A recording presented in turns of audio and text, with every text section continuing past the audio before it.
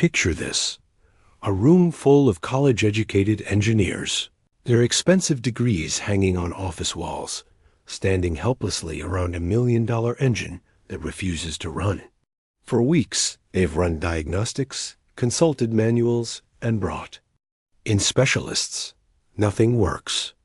The prototype that was supposed to revolutionize the industry sits silent, mocking every attempt to bring it to life. Then, from the corner of the garage, comes a quiet voice. "Have you checked the auxiliary rotation? Coil?" The laughter is immediate and cruel. The suggestion comes from Frank Hughes, a 62-year-old black man who spent 5 years pushing a mop through their offices, invisible to everyone except the midnight shadows. To them, he's just the janitor, someone who empties trash cans and refills coffee machines. The idea that he could solve what they couldn't is so absurd it becomes the joke of the day. "Then you do it, genius." The head engineer sneers, his voice dripping with condescension. $10,000 says you can't fix this engine? What happens next didn't just shock everyone in that garage. It exposed a truth that cuts to the heart of American workplace culture. This is the story of how systemic racism blinds us to genius, how prejudice costs innovation, and how one man's quiet dignity became a thunderous call for justice. Frank Hughes wasn't just a janitor. He was a skilled engineer whose talents had been systematically ignored, whose contributions had been stolen, and whose potential had been buried under decades of discrimination. But on that February morning, when everyone else had given up, Frank finally decided to stop hiding. This is more than a story about fixing an engine. It's about fixing a broken system that wastes human potential and perpetuates injustice in the very places where innovation should flourish. Frank Hughes was born in 1955 in Mobile, Alabama, during the height of the Jim Crow era. His father worked at the shipyard. His mother cleaned houses for white families. And like many black children of that generation, Frank learned early that the world would demand more from him than from his white peers. But he also learned something else. He had an extraordinary mind for mechanics and engineering. As a young boy, Frank could take apart any mechanical device and put it back together, often making improvements along the way. His high school physics teacher, Mrs. Robinson, recognized his talent and encouraged him to pursue engineering. "You have a gift, Frank," she told him.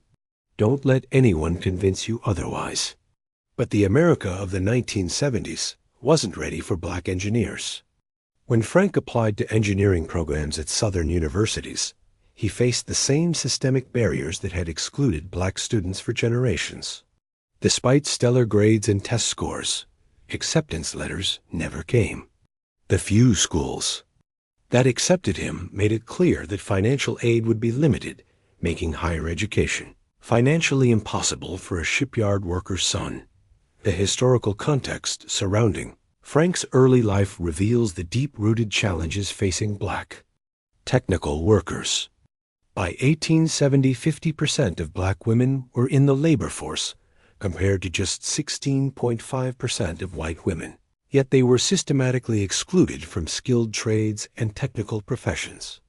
The Great Migration of the early 1900s saw over 1 million African Americans fill jobs in steel, automobile, and shipbuilding industries, but they were relegated to the most dangerous and lowest-paying positions. Frank's experience reflected a broader pattern of exclusion that had persisted for decades. The New Deal programs of the 1930s, which are often praised as progressive, actually excluded black agricultural and domestic workers from Social Security benefits. Labor unions, which should have been allies, instead practiced systematic discrimination. Black workers endured a long history of discrimination, including restrictions from unions, with companies using black workers as strike breakers to misdirect white workers' anger and frustration. Undeterred by these systemic barriers, Frank enrolled in night school at a community college, working full-time during the day to pay for his education. He studied mechanical engineering with a focus on automotive systems, excelling in courses that white students found challenging. His professors noticed his exceptional problem-solving abilities, but job placement services seemed less interested in helping their black students find engineering positions. After graduation, Frank spent months applying for engineering jobs, only to be told repeatedly that he wasn't quite what they were looking for. Interview after interview ended the same way: polite rejections that never quite explained why his qualifications weren't sufficient. The reality was clear. His skin color was the primary barrier to employment in his chosen field. The psychological impact of this systematic exclusion was profound. Research shows that black professionals must employ numerous coping strategies to deal with workplace racism, including religion and spirituality, psychological armoring, shifting their self-presentation, seeking social support, finding mentorship, and prioritizing self-care. For Frank, his Baptist church became a source of strength, and his mother's unwavering faith reminded him that his worth wasn't determined by others' recognition. By the mid-1980s, Frank had given up on finding engineering work. He took a job as a maintenance worker, then later as a janitor, telling himself it was temporary.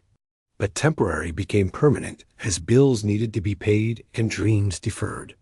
He worked at several companies over the years, always in service positions, always watching from the margins as less qualified white employees received opportunities he was denied. The research on black engineers' workplace experiences reveals the devastating impact of such systematic exclusion. Studies show that black engineers must outperform white engineers by 35 times to be considered equally qualified, and that they face biased hiring practices, the need to prove themselves competent to an extent not required by their white colleagues, and even overt acts of racism and sexism. When Frank finally landed the janitorial position at Reynolds Autotech in 1995, he was 40 years old, his engineering dreams seemingly behind him. But as he cleaned those offices night after night, he absorbed every technical conversation, studied every blueprint left on desks, and quietly built an understanding of automotive systems that would have impressed any engineer in the building. Irony was crushing. The company desperately needed innovative thinking, yet they had relegated one of their most capable problem solvers to pushing a mop. Frank had become a ghost in the machine, invisible to those who could have benefited most from his expertise. The morning of February 15, 2000, started like any other at Reynolds Autotech. Frank arrived at 6 a.m. 2 hours before the engineering staff to begin his cleaning routine. But as he entered the main garage area, he noticed something different. A crowd of frustrated engineers gathered around a sleek, sophisticated engine that had been the company's obsession for months. V12 prototype represented Reynolds Autotech's bid to revolutionize luxury car engines. Millions of dollars had been invested in research and development, and the company's reputation rode on its success. But for the past 3 weeks, the engine had been a source of mounting frustration. It would start, run for a few minutes, then develop an irregular tick and lose power. Every diagnostic test showed normal readings, yet the engine refused to run properly. As Frank quietly began his work, he overheard the heated conversation between lead engineer Chase Reynolds and his team. "The diagnostics show nothing," Reynolds said, his voice tight with frustration. "Everything checks out fine, but the damn thing won't run properly." The team had brought in specialists from Detroit, consulted with European automotive experts, and even hired a former NASA engineer. Nothing worked. Frank had been listening to these conversations for weeks, and as someone who had spent years studying automotive systems, he had formed his own theories about the problem. But he had learned long ago to keep his thoughts to himself. In the world of Reynolds Autotech, he was invisible, useful for emptying trash cans and mopping floors, but certainly not for solving complex engineering problems. The breakthrough Moment came when Frank overheard junior engineer Carmen Lopez tentatively suggesting they examine the microvalve system.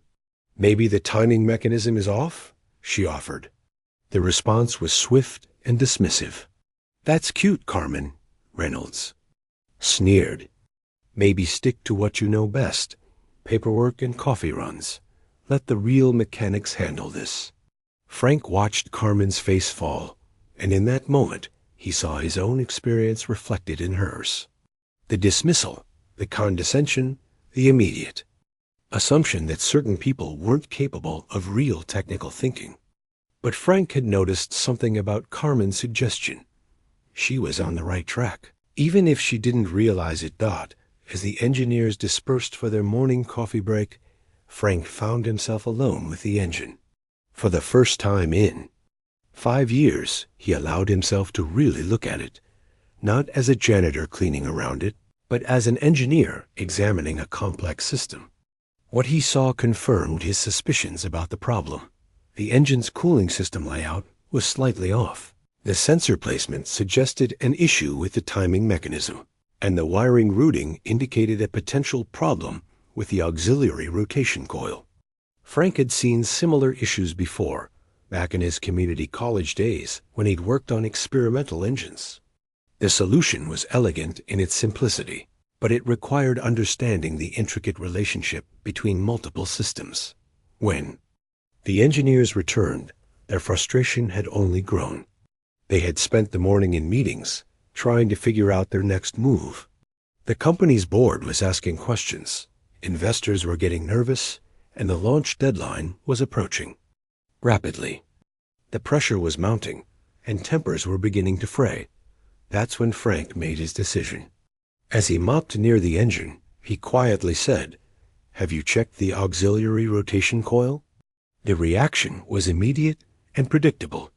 Laughter erupted from the group, not the kind of laughter that comes from joy, but the cruel kind that comes from superiority and disbelief.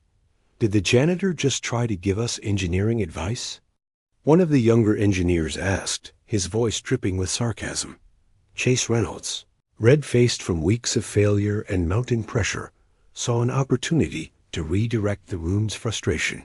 "You know what?" he said, his voice rising above the laughter. "If you think you're so smart, why don't you fix it yourself?" The room fell silent, sensing the shift in energy. $10,000 says you can't fix this engine, janitor. What do you say? Frank looked around the room, seeing faces that ranged from amused to hostile.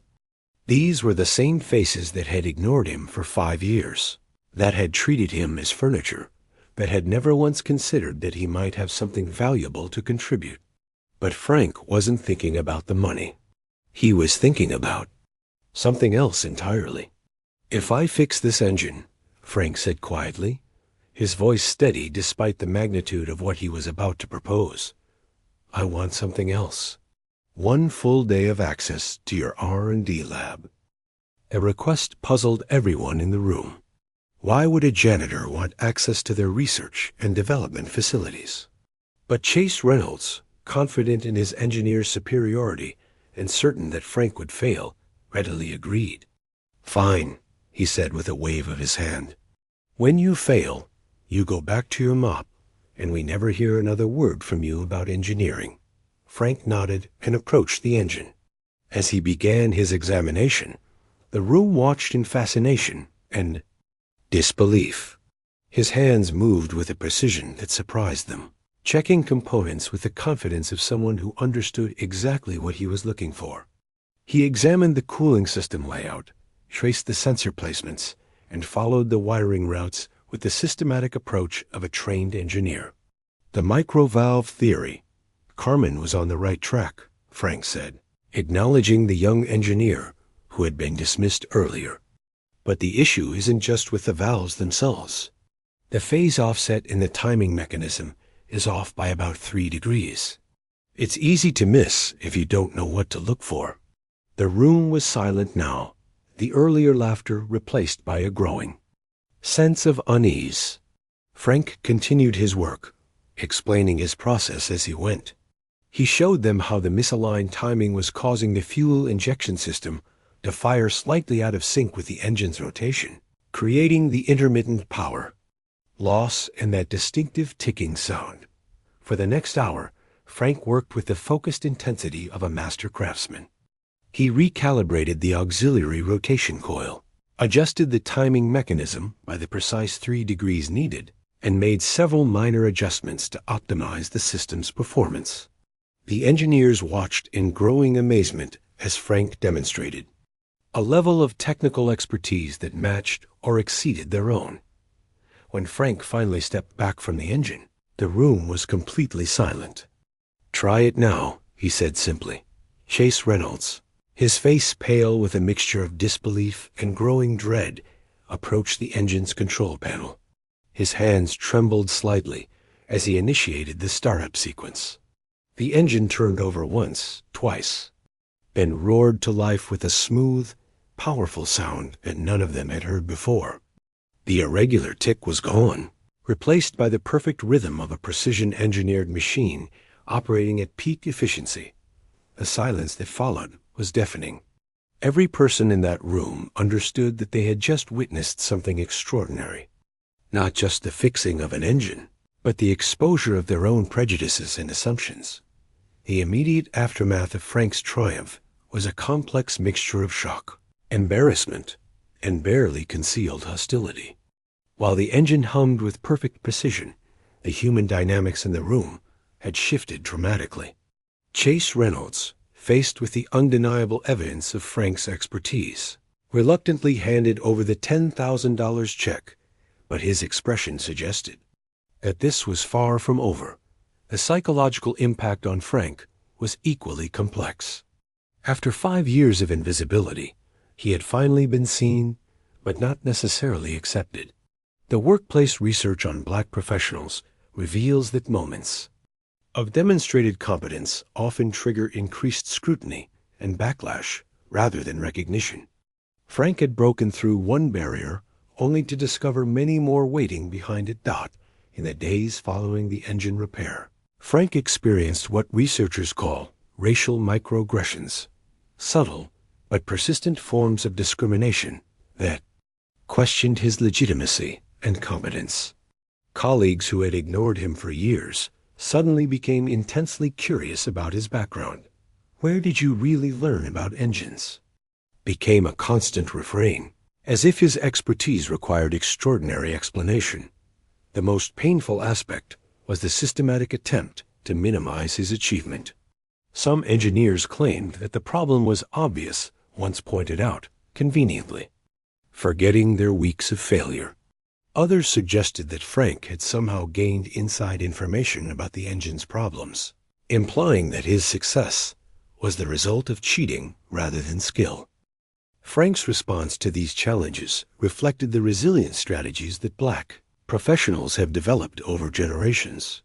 He drew strength from his faith, attending church services where his pastor reminded the congregation that God's gifts don't require human approval. He found support in his family, particularly his mother, who had always believed in his abilities, despite the world's refusal to recognize them. The promised day of access to the R&D lab became Frank's primary focus. He had accepted the engine-fixing challenge not for the money, but for this opportunity, a chance to uncover something that had haunted him for over 15 years. During his college years, Frank had developed several innovative engine designs, including a revolutionary timing system that could dramatically improve fuel efficiency. He had submitted these designs to various companies, including Reynolds Autotech, but had never received responses. As Frank prepared for his lab access, he faced opposition from multiple fronts. Several engineers petitioned Chase Reynolds to rescind the agreement, arguing that security protocols didn't permit non-employees in sensitive areas. Others suggested that Frank's mental state might be unstable, questioning whether someone who had hidden his expertise for 5 years could be trusted with proprietary information. The resistance Frank faced reflected broader patterns of workplace discrimination against Black professionals, Research shows that black workers often experience shifting, the exhausting process of constantly adapting their behavior to make white colleagues comfortable. Frank had been shifting for 5 years, playing the role of the harmless janitor to avoid threatening anyone.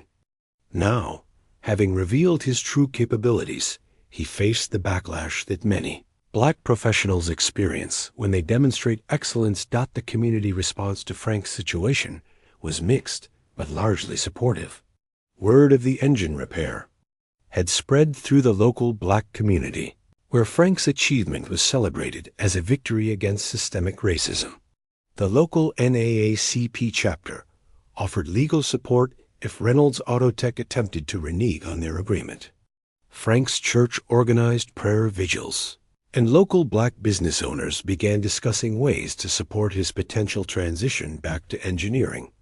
However, Frank also faced criticism from some community members who questioned why he had hidden his abilities for so long. This reflected the complex pressures facing black professionals, the need to prove their worth while avoiding the accusation of being uppity or threatening. Some argued that Frank should have been more assertive years earlier, while others understood the survival strategies that had kept him employed in a hostile environment. The media attention surrounding Frank's story added another layer of complexity.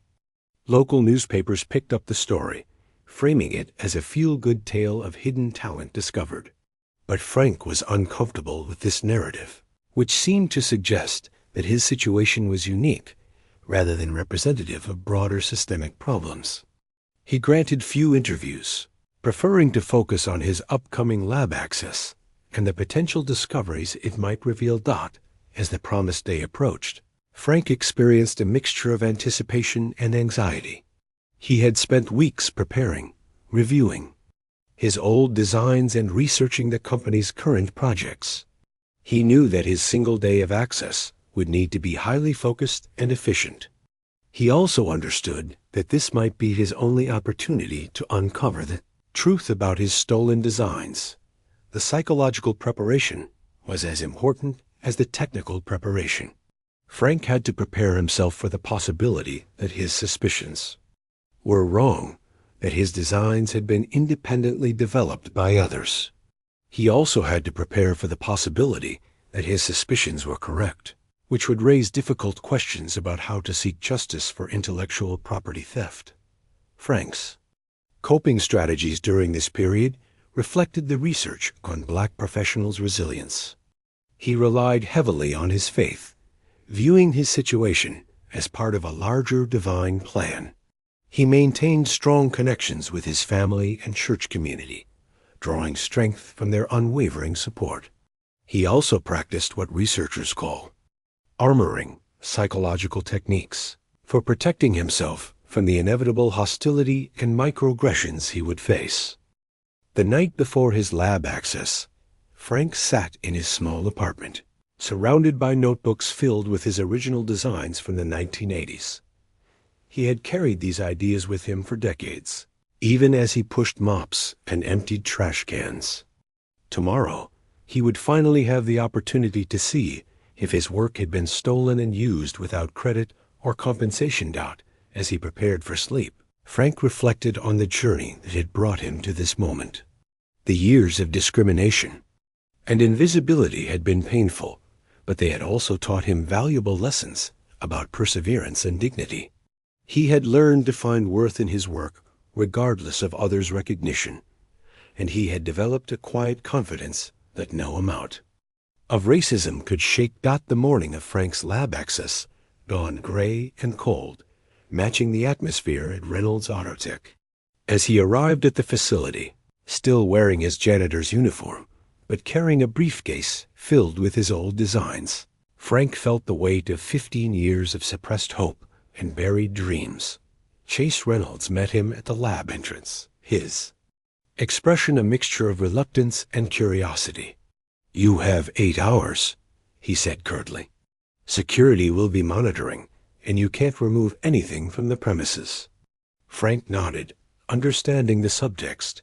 They expected him to find nothing, to waste his day searching for ghosts that existed only in his imagination. The R&D lab was a temple to modern engineering, gleaming workstations, sophisticated computer terminals, and walls lined with technical drawings and prototypes. Frank moved through the space with the reverence of someone entering a cathedral, his eyes taking in every detail. This was the world he had dreamed of inhabiting, the place where his ideas could have flourished if circumstances had been different. Frank began his search systematically, starting with the current project files. He was looking for specific technical innovations that he had developed in the 1980s, a revolutionary timing system, an advanced fuel injection mechanism, and a unique cooling system design. These weren't general concepts that multiple engineers might independently develop. They were specific, detailed solutions that bore his intellectual fingerprints. 3 hours into his search, Frank found the first piece of evidence. In a file marked Proprietary Innovations -1985, he discovered detailed schematics for a timing system that was virtually identical to one he had submitted to Reynolds Autotech in 1984. The design was so similar that even the minor inefficiencies he had noted in his original sketches were reproduced. Someone had clearly copied his work, but the file bore the name of a senior engineer who had been given credit for the innovation. Frank's hands trembled as he photographed the documents with a small camera he had brought. The evidence was overwhelming, not just the technical similarities, but the timeline. The company file was dated 6 months after Frank had submitted his original design. The theft was brazen and systematic. As he continued his search, Frank uncovered a disturbing pattern. Multiple innovations credited to Reynolds Autotech engineers were actually based on designs he had submitted years earlier. The fuel injection system that had made the company millions in licensing fees was his work. The cooling system that had won industry awards was his design. Even the revolutionary timing mechanism he had used to fix the prototype engine was based on his original ideas. The most shocking discovery came when Frank found a file labeled External Submissions Rejected. Inside were copies of his original submission letters, complete with his designs and contact information. Red stamps marked Rejected covered the pages, but attached notes revealed the truth. "Good ideas," read one handwritten comment. "Can we use these without attribution?" Another note was even more explicit. "Clean up these designs and assign to internal team. Original submitter. Won't be a problem." Frank sat in stunned silence, staring at the evidence of a conspiracy that had stolen 15 years of his life. His innovations had powered Reynolds Autotech's success while he pushed a mop through their offices. The company's reputation had been built on his ideas, but he had been dismissed as just another black applicant whose contributions could be taken without consequence. The emotional impact was overwhelming. Frank felt a mixture of vindication and rage. Vindication that his suspicions had been correct, rage that his talent had been systematically exploited. He thought about the years of struggling to make ends meet, the nights spent wondering if he had been foolish to believe in his abilities, the countless times he had questioned whether his ideas were truly valuable. But Frank also felt something else, a sense of power that he hadn't experienced in decades. Knowledge was power, and he now possessed irrefutable evidence of systematic intellectual property theft. The question was what to do with this knowledge. As Frank continued documenting the evidence, he heard footsteps approaching. Chase Reynolds entered the lab, his expression suggesting he expected to find Frank empty-handed and defeated. Instead, he found Frank calmly photographing documents, his expression serene but determined.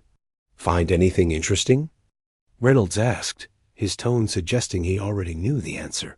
Frank looked up from his work, his eyes meeting Reynolds with a steady gaze. "Yes," he said simply. "I found exactly what I was looking for." The color drained from Reynolds' face as he realized the implications. Frank had uncovered the theft, and there was no way to deny or minimize it. 15 years of systematic intellectual property theft had been exposed, and the evidence was overwhelming. "We need to talk," Reynolds said, his voice barely above a whisper. Frank stood up, closing his briefcase with a decisive click. "Yes," he said, "we certainly do." The conversation that followed in Chase Reynolds' office was unlike any that had ever taken place at Reynolds Autotech. For the first time in 15 years, Frank Hughes held the power, and both men understood the gravity of the situation. The evidence Frank had uncovered wasn't just embarrassing. It was potentially criminal, representing systematic intellectual property theft that had generated millions in revenue. Reynolds' initial response was predictable: denial, minimization, and attempts to discredit Frank's claims. "These are common engineering solutions," he argued. "Multiple people could have developed them independently." But Frank's evidence was too comprehensive and detailed for such explanations. The timeline was clear, the technical similarities were undeniable, and the internal notes explicitly discussed. Using Frank's ideas without attribution, the legal implications were staggering. Not only had Reynolds Autotech committed intellectual property theft, but they had also violated federal civil rights laws by systematically discriminating against black inventors and engineers. The company faced potential lawsuits, criminal charges, and devastating publicity that could destroy their reputation and market position. Frank's approach to the negotiation reflected both his technical precision and his hard-won wisdom about workplace dynamics. He didn't rage or threaten. Instead, he presented his evidence methodically and waited for Reynolds to understand the full scope of the situation. Frank had learned that dignity and quiet strength were more powerful than anger in challenging institutional racism. The resolution that emerged was unprecedented in the industry. Reynolds Autotech agreed to a comprehensive settlement that included financial compensation for Frank's stolen innovations, retroactive credit for his contributions, and a formal position as senior design engineer. The company also committed to establishing a fund for supporting black inventors and engineers, recognizing that Frank's case likely represented a broader pattern of discrimination.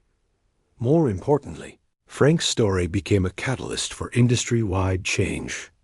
News of the settlement spread through engineering communities, inspiring other black professionals to speak up about their own experiences with intellectual property theft and workplace discrimination. Professional organizations began implementing stronger protections for external submissions, and companies started reviewing their hiring and recognition practices. The personal impact on Frank was profound and complex. After 15 years of invisibility, he suddenly found himself at the center of national attention. Media outlets wanted to interview him, civil rights organizations invited him to speak, and engineering schools asked him to mentor students. The recognition was gratifying, but also overwhelming for someone who had spent decades in the shadows. Frank's response to his newfound visibility demonstrated the same thoughtful approach he had brought to solving the engine problem.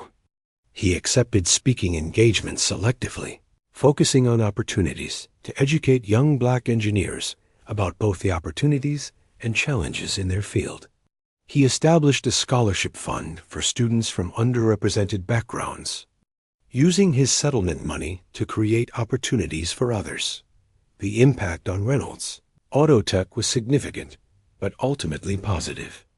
The initial embarrassment and financial cost were substantial, but the company's willingness to address the situation transparently earned them respect within the industry. They became leaders in promoting diversity and inclusion, and their products benefited from the broader range of perspectives that came with a more diverse workforce. Frank's integration into the engineering team was not without challenges. Some colleagues struggled to accept his new role, and the dynamics of having a former janitor as a senior engineer created ongoing tensions. However, Frank's undeniable expertise and his gracious approach to these challenges gradually won over most skeptics. The broader impact of Frank's story extended far beyond Reynolds Autotech. His case became a landmark example of how systemic racism operates in professional settings, demonstrating that discrimination isn't just about obvious bigotry, but about the subtle ways that institutions exclude and exploit marginalized groups. Law schools began teaching his case as an example of intellectual property law, and business schools used it to discuss the costs of discrimination. Frank's story also resonated with Black professionals across industries who had experienced similar challenges. His example provided both inspiration and practical guidance for those facing discrimination, showing that persistence and dignity could ultimately triumph over systemic barriers. Perhaps most importantly, Frank's case demonstrated that the fight against workplace racism isn't just about fairness, it's about economic efficiency and innovation. By excluding Frank's contributions, Reynolds Autotech had not only committed an injustice, but had also wasted valuable human capital. The company's success after integrating Frank's ideas showed that diversity and inclusion aren't just moral imperatives, but business necessities. Frank Hughes' story is more than an individual triumph. It's a window into the ongoing struggle against workplace racism and a testament to the power of persistence in the face of systemic discrimination.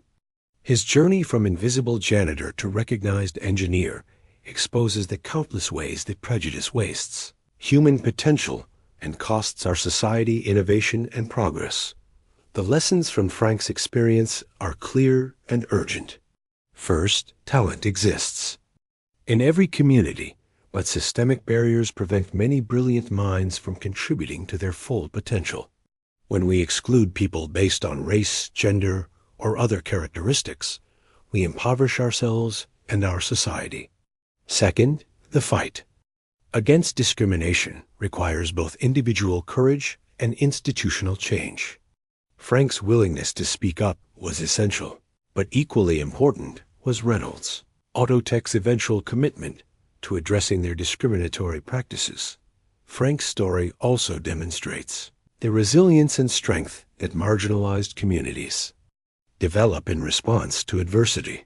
His ability to maintain his dignity and expertise, despite years of invisibility, reflects the broader resilience that has enabled Black Americans to survive and thrive despite centuries of systematic oppression. His reliance on faith, family, and community support shows the importance of these institutions in sustaining hope and resistance. The ongoing relevance of Frank's story is undeniable. Despite decades of civil rights progress, workplace discrimination persists in subtle but damaging ways. Black workers continue to face barriers to advancement. Their contributions are often minimized or ignored, and their competence is questioned in ways that white workers rarely experience. Frank's story reminds us that the fight for workplace equality is far from over. As we move forward, Frank's example calls us to action. We must actively work to identify and eliminate the barriers that prevent talented individuals from contributing their gifts. We must listen to marginalized voices, challenge our own assumptions, and create workplaces where everyone can thrive regardless of their background. Frank Hughes fixed more than an engine that February morning. He exposed a broken system and showed us the path toward repair. The question now is whether we have the courage to follow his example and build a more just and inclusive society. The choice, as always, is ours.